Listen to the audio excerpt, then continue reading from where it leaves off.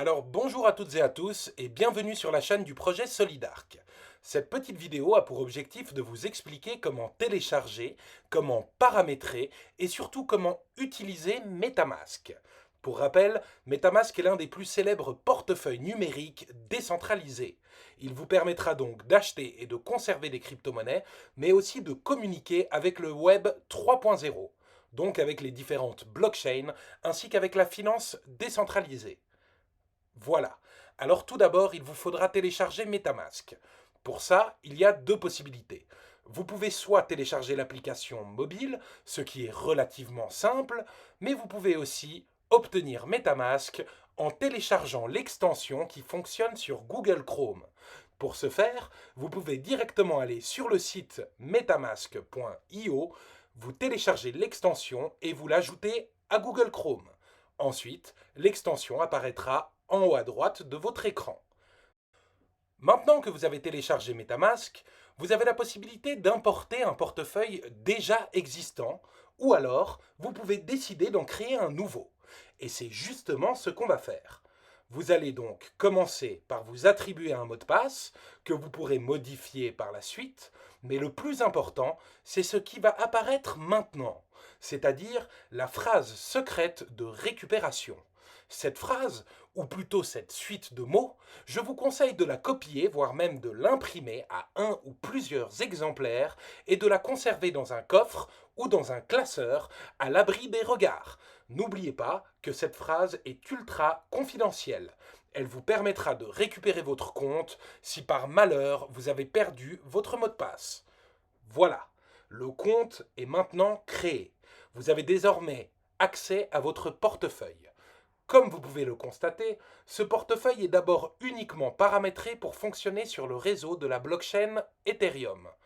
Alors là, je vais donc vous montrer comment configurer votre MetaMask pour pouvoir accéder à d'autres réseaux, et notamment au réseau de la Binance Smart Chain, car c'est ce réseau qui nous intéresse dans le cadre du projet Solidark, puisque la solde sera un token BEP20 qui fonctionne donc justement sur la blockchain de Binance. Pour configurer MetaMask sur le réseau de la Binance Smart Chain, vous pouvez simplement chercher les informations de connexion sur Google. Il y a en effet plusieurs sites qui expliquent assez bien le cheminement. Mais pour vous faciliter la tâche, je mettrai un lien directement dans la description de cette vidéo. Comme vous pouvez le voir, il y a donc des informations à inscrire afin de configurer MetaMask sur le réseau de Binance.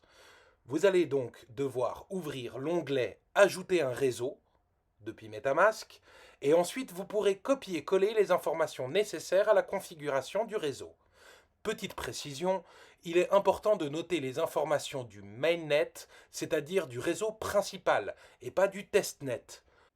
Une fois que cela sera fait, votre MetaMask pourra fonctionner sur le réseau de la Binance Smart Chain. Voilà, maintenant vous pouvez accéder aux détails du compte. Depuis cet onglet, vous pouvez renommer votre compte comme vous le voulez. Vous pouvez également voir et copier l'adresse de votre compte. Cette adresse, qui ici présent commence par 0xDC8, c'est votre numéro de compte en quelque sorte. C'est cette adresse qui vous permet de recevoir des crypto-monnaies sur votre compte.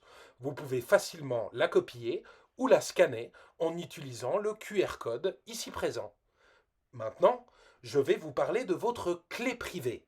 La clé privée, c'est la clé d'accès à votre compte. C'est comme un mot de passe. C'est cette clé qui valide toutes vos transactions. Elle vous permet aussi d'importer votre compte sur n'importe quelle extension ou application MetaMask. Cette clé est donc ultra confidentielle.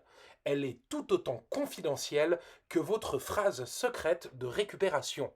Je vous conseille donc de l'imprimer et de la garder en lieu sûr. Pour finir, je vais vous montrer comment transférer des crypto-monnaies d'un compte à un autre. Déjà, il faut savoir que pour obtenir vos premières crypto-monnaies, vous devez obligatoirement passer par une plateforme d'échange comme Binance, Coinbase ou encore Swissborg. Ces plateformes vous permettent d'acheter des cryptos directement avec votre carte de crédit ou via transfert bancaire. Ici, je ne vais pas vous présenter ces plateformes. Ça sera peut-être l'objet d'une autre vidéo, même s'il en existe déjà plusieurs sur le sujet. Là maintenant, je vais surtout vous montrer comment transférer des crypto-monnaies d'un compte à un autre.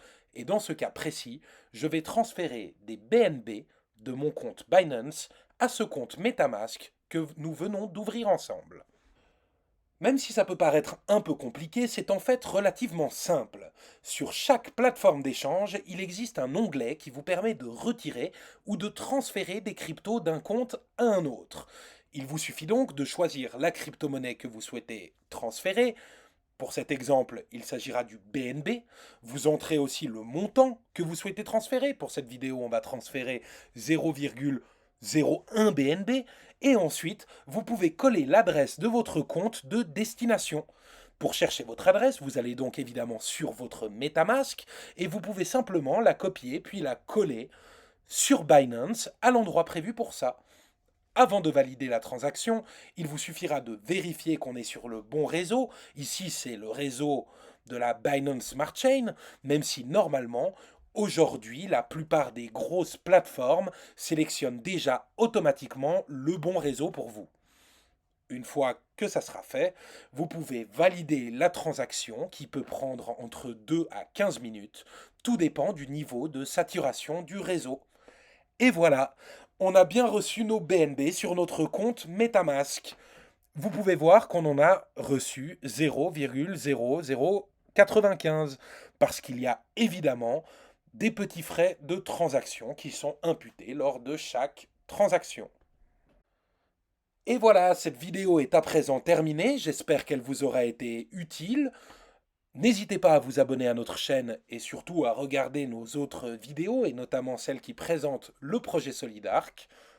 Toutes les informations concernant le projet sont présentes sur notre site internet solidark.org. Voilà, je vous laisse et je vous dis à très bientôt. Allez, ciao!